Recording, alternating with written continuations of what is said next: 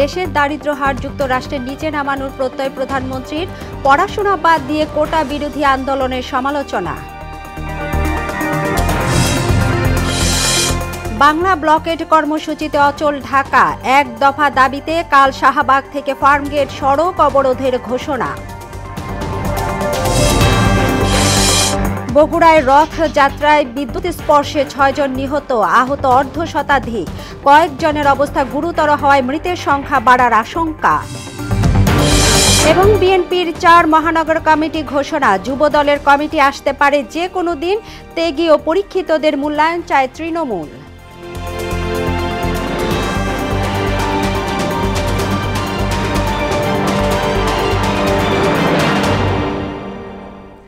আসসালামু আলাইকুম, সবাইকে মোহনা সংবাদে স্বাগত। শুনছিলেন শিরোনাম, সঙ্গে আছি তাবশির আলিজা। এবার বিস্তারিত। যুক্তরাষ্ট্র থেকে 1% হলেও বাংলাদেশের দারিদ্র্যের হার কমানোর প্রত্যয় জানিয়েছেন প্রধানমন্ত্রী শেখ হাসিনা। একই সঙ্গে তিনি বলেন, বাংলাদেশ কারো রক্তচক্ষুকে ভয় পায় না। সকালে পিজিআরের 49তম প্রতিষ্ঠা বার্ষিকীর আয়োজনে যোগ দিয়ে প্রধানমন্ত্রী বলেন, তার জীবন অত্যন্ত ঝুঁকিপূর্ণ, এর মধ্যেও নিষ্ঠার সঙ্গে দায়িত্ব পালনে পিজিআরের প্রতি কৃতজ্ঞতা জানান তিনি। নাসির উদ্দিনের প্রতিবেদন। প্রধানমন্ত্রী ধন্যবাদ। দেশের রাষ্ট্র ও সরকার প্রধানের পাশাপাশি সফরে আসা অতি গুরুত্বপূর্ণ ব্যক্তিদের নিরাপত্তা নিশ্চিত করে আসছে প্রেসিডেন্ট গার্ড রেজিমেন্ট পিজিআর। মাননীয় প্রধানমন্ত্রী 49তম প্রতিষ্ঠাবার্ষিকীর আয়োজনে যোগ দিতেই বাহিনীর সদর দপ্তরে যান প্রধানমন্ত্রী শেখ হাসিনা। উপস্থিত সবার সঙ্গে কুশল বিনিময় করেন তিনি। অনুষ্ঠানে শহীদ বীর গার্ডদের পরিবারের সদস্যদের হাতে রাষ্ট্রীয় অনুদান তুলে দেন সরকার প্রধান। দেশপ্রেম ও সততার সঙ্গে দায়িত্ব পালনে পিজিআর সদস্যদের প্রশংসা করেন তিনি। আমি জানি আমার জীবনটা অত্যন্ত ঝুঁকিপূর্ণ। এখানে যারা দায়িত্ব নিতে আসেন আসলে জীবনটাকে ঝুঁকি নিয়েই আসেন, সেই জন্য আমার সবসময় দোয়া থাকে। বঙ্গবন্ধুর হাতে গড়া সশস্ত্র বাহিনীর আধুনিকায়নে নেয়া পদক্ষেপ তুলে ধরে প্রধানমন্ত্রী বলেন, এ বাহিনী আর কখনো রক্তাক্ত হবে না। আসলে প্রতিটি বাহিনীকে কিন্তু আমরা ত্রিমুখী বাহিনী করে দিয়েছি, সব ধরনের সবাই যেন প্রস্তুত থাকতে পারে। বিমান বিধ্বংসী মিসাইল FM-90 যা বাংলাদেশকে আঞ্চলিক এক শক্তি হিসেবে মর্যাদা দিয়েছে। শেখ হাসিনা জানান, 2001 সালে দেশের সম্পদ বিক্রির মুচলেকা দেননি বলেই সরকার গঠন করা সম্ভব হয়নি। তবে 4 মেয়াদের ধারাবাহিকতায় বাংলাদেশ এখন বিশ্বের কাছে উন্নয়নের রোল মডেল। কমে এসেছে দারিদ্র্যের হার। আমরা দারিদ্র্যের হার যা 41.5% ছিল সেই 2006, সেটা আমরা 18.7 ভাগে নামিয়ে গেছি। এই ইউক্রেন যুদ্ধ, স্যাংশন এসব যদি না হতো আর সারা বিশ্বব্যাপী মুদ্রাস্ফীতি না হতো, আমাদের লক্ষ্য ছিল যে এই সময়ের মধ্যে অন্ততভাবে আরও 2% কমাবো। কারণ যে বড় দেশ বলেছিল আমরা বাস্কেট কেস পাবো, সেখানে দারিদ্র্যের হার হলো 17%। তা আমি বলছিলাম যে 1% হলেও আমি কমাবো, যেন বলতে পারি যে বাস্কেট কেস না, দেখেন তো আপনাদের থেকে ভালো আছি। নিজস্ব অর্থায়নে পদ্মা সেতু নির্মাণের প্রসঙ্গ টেনে শেখ হাসিনা বলেন, খবরদারি করা বড় দেশগুলো বাংলাদেশকে সমীহ করে। কারো ওইরকম রক্তচক্ষুতে আমরা ভয় পাই না। নাসির উদ্দিন, মোহনা সংবাদ, ঢাকা। পড়াশোনা বাদ দিয়ে আদালতের রায়ের বিরুদ্ধে ছেলে মেয়েদের কোটা বিরোধী আন্দোলনের কোনো যৌক্তিকতা নেই বলে মন্তব্য করেছেন প্রধানমন্ত্রী শেখ হাসিনা। সকালে গণভবনে বাংলাদেশ যুব মহিলা লীগের প্রতিষ্ঠাবার্ষিকী উপলক্ষে আয়োজিত আলোচনা সভায় তিনি আরও বলেন, আন্দোলন নিয়ে শিক্ষার্থীরা অযথা সময় নষ্ট করছে। প্রধানমন্ত্রী বলেন, বিএনপি জামাতের অত্যাচার নির্যাতন যেন আর ফিরে না আসে সে বিষয়ে সবাইকে সজাগ থাকতে হবে। বক্তব্যে নারীর ক্ষমতায়ন এবং অগ্রগতিতে জাতির পিতা বঙ্গবন্ধু শেখ মুজিবুর রহমানের নেওয়া বিভিন্ন পদক্ষেপের কথা তুলে ধরেন সরকার প্রধান। পাবলিক সার্ভিস কমিশনের পরীক্ষার হিসাব যদি দেখা যায়, তখন দেখা যাবে যে আগে যেখানে কোটা থাকতে মেয়েরা যে পরিমাণ সুযোগ পেত, সেই পরিমাণ সুযোগ কিন্তু এই কয়েক বছরে আর পায়নি। এটা হলো বাস্তবতা। এমনকি অনেক অনেক জেলা, প্রত্যন্ত অঞ্চল, সে অঞ্চলের মানুষগুলি কিন্তু বঞ্চিত থেকে গেছে, তারাও চাকরি পাচ্ছে না। আজকে আন্দোলনের নামে যেটা আবার করা হচ্ছে, পড়াশোনার সময় নষ্ট করা, এটারও কোনো যৌক্তিকতা আছে বলে আমি মনে করি না। এক দফা দাবিতে আগামীকাল শাহবাগ থেকে ফার্মগেট পর্যন্ত সড়ক অবরোধের ঘোষণা দিয়েছে কোটা বিরোধী আন্দোলনে থাকা শিক্ষার্থীরা। তাদের দাবি সব গ্রেডেই কোটা মুক্ত ব্যবস্থা করতে হবে। তারা বলেন, অনগ্রসর জাতির জন্য সংস্কার প্রস্তাব রেখে আইন সংস্কার করতে হবে। এর আগে শাহবাগে আন্দোলনরত 4 শিক্ষার্থীর সঙ্গে আলোচনা করে আইন শৃঙ্খলা বাহিনীর সদস্যরা। সরকারি চাকরিতে কোটা পুনর্বহাল সিদ্ধান্তের প্রতিবাদে রাজধানী সহ দেশের বিভিন্ন স্থানে বাংলা ব্লকেট কর্মসূচি পালন করেছে আন্দোলনরত শিক্ষার্থীরা। দাবি আদায়ে বেলা 3টার দিকে রাজধানী শাহবাগ মোড় সহ বিভিন্ন পয়েন্টে অবস্থান নেয় তারা। এ সময় ওইসব এলাকায় সড়কে যান চলাচল বন্ধ হয়ে যায়। চরম দুর্ভোগে পড়েন যাত্রীরা। আমরা মনে করছি বর্তমান বাংলাদেশের কোটা ব্যবস্থা এটা অত্যন্ত রিগ্রেসিভ। বাংলা ব্লকের যে চলমান আছে সেই চলমান আন্দোলন আমাদের কোটা সংস্কার, সম্পূর্ণভাবে সংস্কার, অর্ধ সংস্কার নয়, সম্পূর্ণভাবে সংস্কার সফলভাবে সম্পন্ন হবে। যারা প্রকৃতই কোটার হকদার তাদের কোটা থাকুক। আমরা কোনো সুবিধাপ্রাপ্ত জনগোষ্ঠীর কোটার পৃষ্ঠপোষকতা করতে দেব না। বগুড়ায় রথযাত্রায় বিদ্যুৎ স্পৃষ্ট হয়ে 6 জনের মৃত্যু হয়েছে। এ সময় আরও অন্তত 50 জন আহত হয়েছে। বিকেল 5:15টার দিকে শহরের সেউজগাড়ি আমতলা এলাকায় এ ঘটনা ঘটে। বগুড়া সদর থানার অফিসার ইনচার্জ সাইহান অলিউল্লাহ বিষয়টি নিশ্চিত করে জানান, সেউজগাড়ি ইস্কন মন্দির থেকে শুরু হওয়া রথযাত্রা আমতলা মোড়ে পৌঁছালে রথের চূড়াটি সড়কের উচ্চ ভোল্টের বৈদ্যুতিক তারের সংস্পর্শে এলে আগুন ধরে যায়। এতে অন্তত 50 জন বিদ্যুৎ স্পৃষ্টে আহত হন। তাদের বগুড়ার বিভিন্ন হাসপাতালে ভর্তি করা হয়েছে। এর মধ্যে বেশ কয়েকজনের অবস্থা আশঙ্কাজনক। এ ঘটনায় তদন্ত কমিটি গঠন করা হবে বলে জানিয়েছেন জেলা প্রশাসক। আসছে তাদের যাতে প্রপার ট্রিটমেন্টটা দেওয়া যায় এবং ট্রিটমেন্টটা যাতে ভালো হয় সেই ব্যাপারে আমরা সবচেয়ে বেশি প্রায়োরিটি দিচ্ছি। অতিরিক্ত জেলা ম্যাজিস্ট্রেটকে প্রদান করে আমরা বিদ্যুৎ বিভাগের একজন প্রতিনিধি নিয়ে, পুলিশ সুপার মহোদয়ের একজন প্রতিনিধি নিয়ে আমরা একটা তদন্ত কমিটি গঠন করছি। তদন্ত কমিটির রিপোর্ট দেওয়ার পরে আমরা পূর্ণাঙ্গ আসলে অ্যাকচুয়াল কারণটা বিস্তারিত করতে পারব।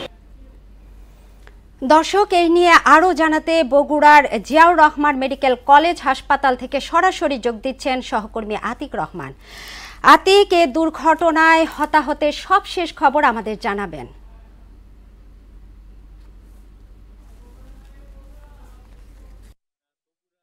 এই জানাতে চাই যে এখন পর্যন্ত কিন্তু 5 জনের মৃতের খবর আমরা পেয়েছি এবং তার মধ্যে 3 জন নারী এবং 2 জন পুরুষ আছে এবং শহীদ জিয়াউর রহমান মেডিকেল কলেজেই 35 জন চিকিৎসাধীন অবস্থায় আছেন, যার মধ্যে 2 জন কিন্তু এখন আইসিইউতে মৃত্যুর সাথে পাঞ্জা লড়ছেন এবং তাদের অবস্থা আশঙ্কাজনক বলে চিকিৎসকরা আমাদের জানিয়েছেন।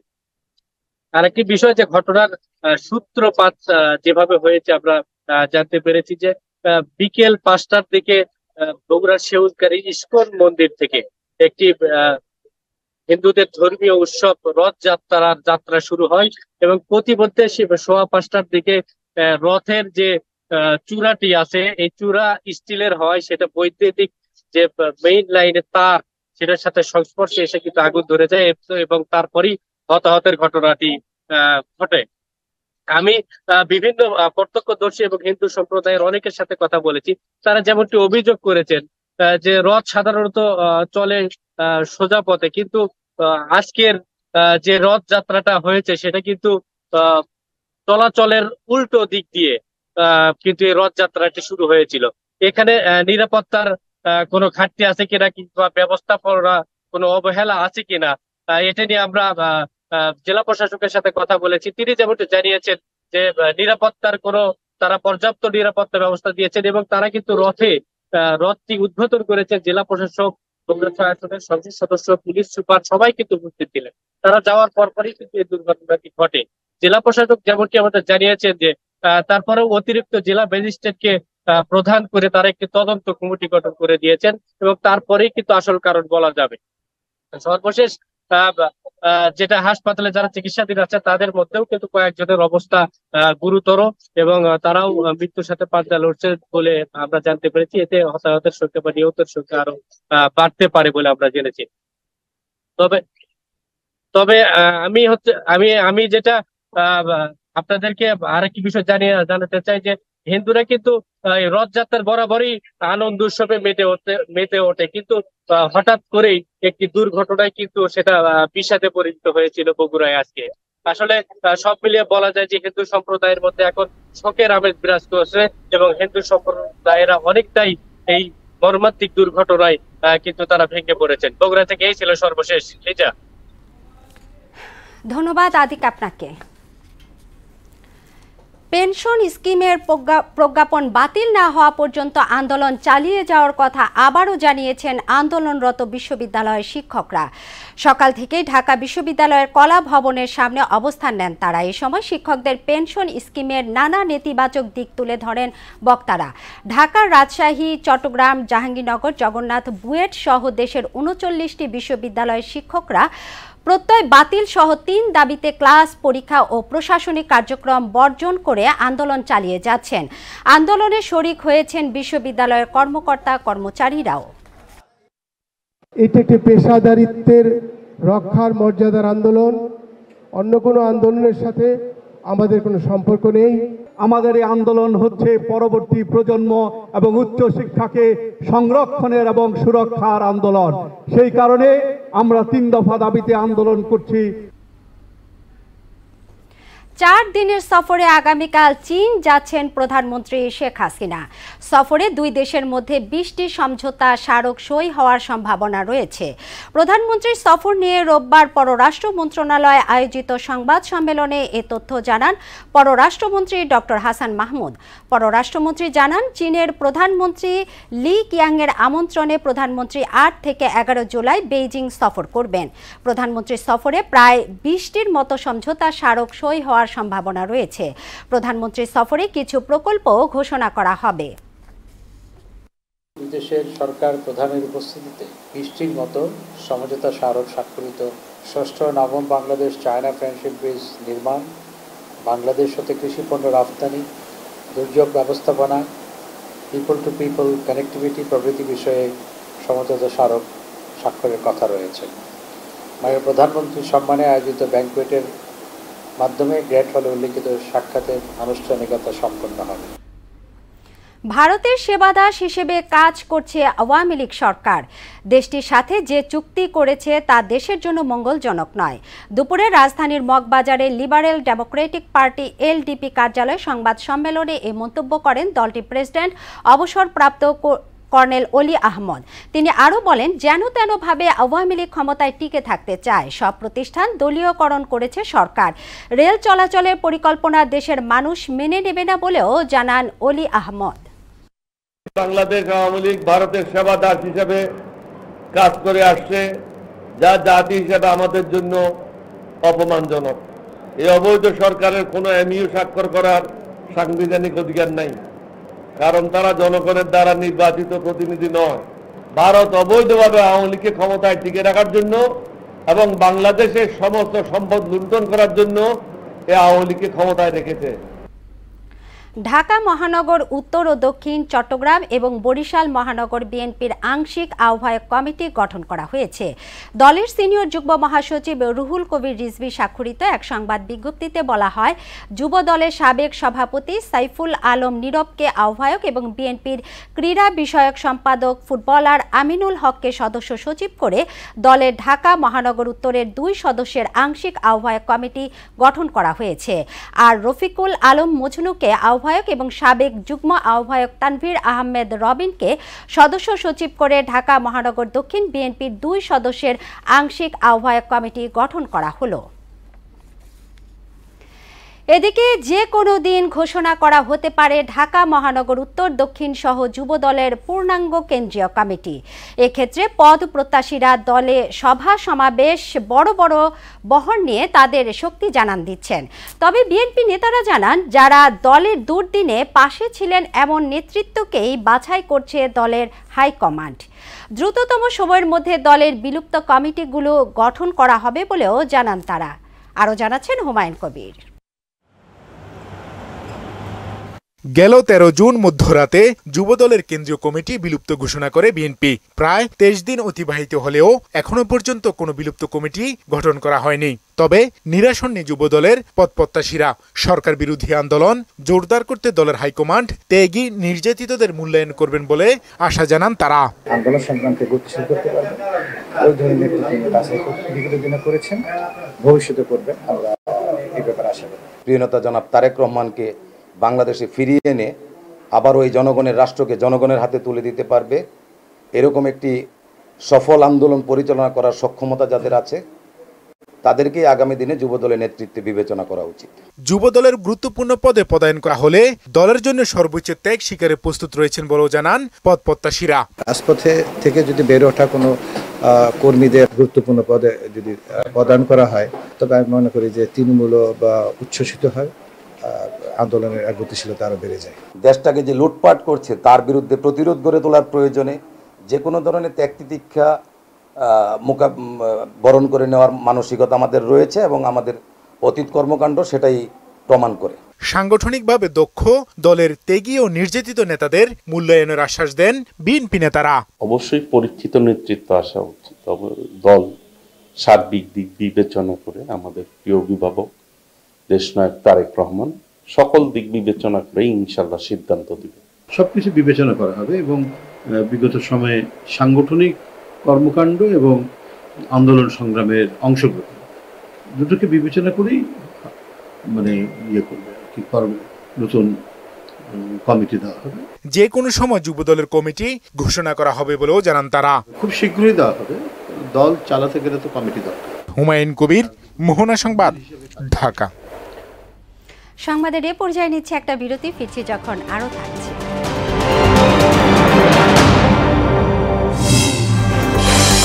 বন্যায় বিপর্যস্ত 15 জেলার জনজীবন, উত্তরে বিস্তীর্ণ নিম্নাঞ্চল প্লাবিত, গাইবান্ধায় 70টি শিক্ষা প্রতিষ্ঠান বন্ধ। এবং গাজায় ইসরায়েলি হামলায় আরও 16 ফিলিস্তিনি নিহত, ইউক্রেনে সড়ক দুর্ঘটনায় 14 প্রাণহানি, ভারতে বহুতল ভবন ধসে নিহত 7।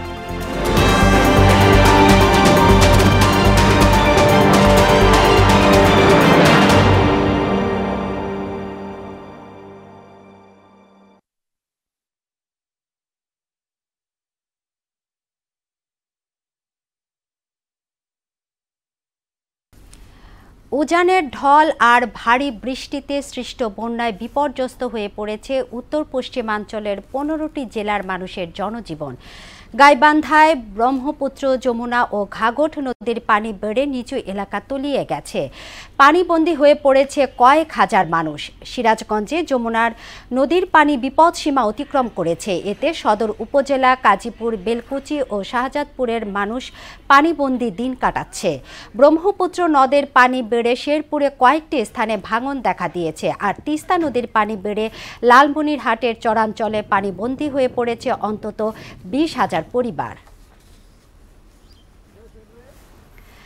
কৃষি খাতে বিশেষ অবদানের জন্য 22 জনকে গুরুত্বপূর্ণ ব্যক্তি এআইপি সম্মাননা 2021-এ ভূষিত করা হয়েছে। সকালে রাজধানীর ওসমানী স্মৃতি মিলনায়তনে আয়োজিত অনুষ্ঠানে তাদের হাতে সম্মাননা তুলে দেন কৃষিমন্ত্রী আব্দুস শহীদ ও প্রবাসী কল্যাণ প্রতিমন্ত্রী শফিকুর রহমান চৌধুরী। সম্মাননা প্রাপ্তরা কৃষি খাতে সরকারের গুরুত্বপূর্ণ ভূমিকা তুলে ধরেন। প্রধান অতিথির বক্তব্যে 1 ইঞ্চি জমিও খালি না রাখতে প্রধানমন্ত্রীর নির্দেশনা বাস্তবায়নে সবার প্রতি আহ্বান জানান কৃষিমন্ত্রী। 54 টাকার সার 22 টাকা 23 টাকা বিক্রি করে হয়, কত হাজার হাজার কোটি টাকা চলে যাচ্ছে। সার আমদানি তো আমাদের সচিব কিন্তু সবসময় সজাগ, অ্যাডভান্স বুকিং দিয়ে রাখেন যে আমরা বেলারুস থেকে আনবো, এখান থেকে আনবো। পারচেজ কমিটি তো মিটিং হলে আগেই কিন্তু এটা আমরা। খেলার খবর, ক্রিকেট। শ্রীলঙ্কা ক্রিকেট দলের প্রধান কোচ হিসেবে আপাতত দায়িত্বে থাকছেন দেশটির বিশ্বকাপ জয়ী ক্রিকেটার সানাথ জয়সূরিয়া। টি-20 বিশ্বকাপের ব্যর্থতার পর প্রধান কোচ থেকে ক্রিস সিলভারউড সরে দাঁড়ালে জয়সূরিয়াকে অন্তর্বর্তীকালীন কোচ হিসেবে নিয়োগ দেয় এসএলসি। সামনে ভারত ও ইংল্যান্ডের বিপক্ষে সিরিজ রয়েছে শ্রীলঙ্কার। ভারতের বিপক্ষে 3টি করে টি-20 এবং ওয়ানডে ম্যাচ খেলবে লঙ্কানরা, আর ইংল্যান্ডের বিপক্ষে খেলবে 3টি টেস্ট ম্যাচ। 2 সিরিজ সিরিজেই দলের কোচ হিসেবে থাকবেন জয়সূর্যা। সিরিজ দুটিতে যদি লঙ্কানরা সফল হয়, জয়সূর্যাকেই পূর্ণ মেয়াদে কোচ হিসেবে নিয়োগ দেবে এসএলসি। ফুটবল ইউরো চ্যাম্পিয়নশিপে কোয়ার্টার ফাইনাল শেষে ফ্রান্স, নেদারল্যান্ডস, স্পেন এবং ইংল্যান্ড নিয়ে এবার শুরু হতে যাচ্ছে সেমিফাইনাল পর্ব। বাংলাদেশ সময় 9 জুলাই মঙ্গলবার রাত 1টায় জার্মানির মিউনিখে প্রথম সেমিফাইনালে মুখোমুখি হবে দুই সাবেক ইউরো ও বিশ্ব চ্যাম্পিয়ন ফ্রান্স ও স্পেন। বুধবার 10 জুলাই রাত 1টায় ডর্টমুন্ডে দ্বিতীয় এবং শেষ সেমিফাইনালে লড়বে নেদারল্যান্ডস ও ইংল্যান্ড। এদিকে কোপা আমেরিকাতে শুরু হচ্ছে সেমিফাইনাল পর্ব। যুক্তরাষ্ট্রের নিউ জার্সি বাংলাদেশ সময় 10 জুলাই বুধবার সকাল 6টায় প্রথম ম্যাচে লড়বে আর্জেন্টিনা ও কানাডা এবং পরের দিন বৃহস্পতিবার সকাল 6টায় নর্থ ক্যারোলিনায় মুখোমুখি হবে উরুগুয়ে ও কলম্বিয়া। এরই সাথে শেষ করব মোহনার সংবাদ। যাবার আগে শিরোনামগুলো আরও একবার। দেশের দারিদ্র্য হার যুক্তরাষ্ট্রের নিচে নামানোর প্রত্যয় প্রধানমন্ত্রীর। পড়াশোনা বাদ দিয়ে কোটা বিরোধী আন্দোলনের সমালোচনা। বাংলা ব্লকেট কর্মসূচিতে অচল ঢাকা। 1 দফা দাবিতে কাল শাহবাগ থেকে ফার্মগেট সড়ক অবরোধের ঘোষণা। বগুড়ায় রথযাত্রায় বিদ্যুৎ স্পর্শে 6 জন নিহত, আহত অর্ধশতাধিক। কয়েকজনের অবস্থা গুরুতর হওয়ায় মৃতের সংখ্যা বাড়ার আশঙ্কা। এবং বিএনপির 4 মহানগর কমিটি ঘোষণা। যুব দলের কমিটি আসতে পারে যে কোনো দিন। ত্যাগী ও পরীক্ষিতদের মূল্যায়ন চায় তৃণমূল। এই ছিল এখনকার মোহনা সংবাদে। পরের সংবাদ রাত 12টায়। মোহনার সবশেষ খবর জানতে ভিজিট করুন www.mohona.tv। সংবাদ দেখতে পারেন ফেসবুক ও ইউটিউবে। এতক্ষণ সঙ্গে থাকার জন্য ধন্যবাদ।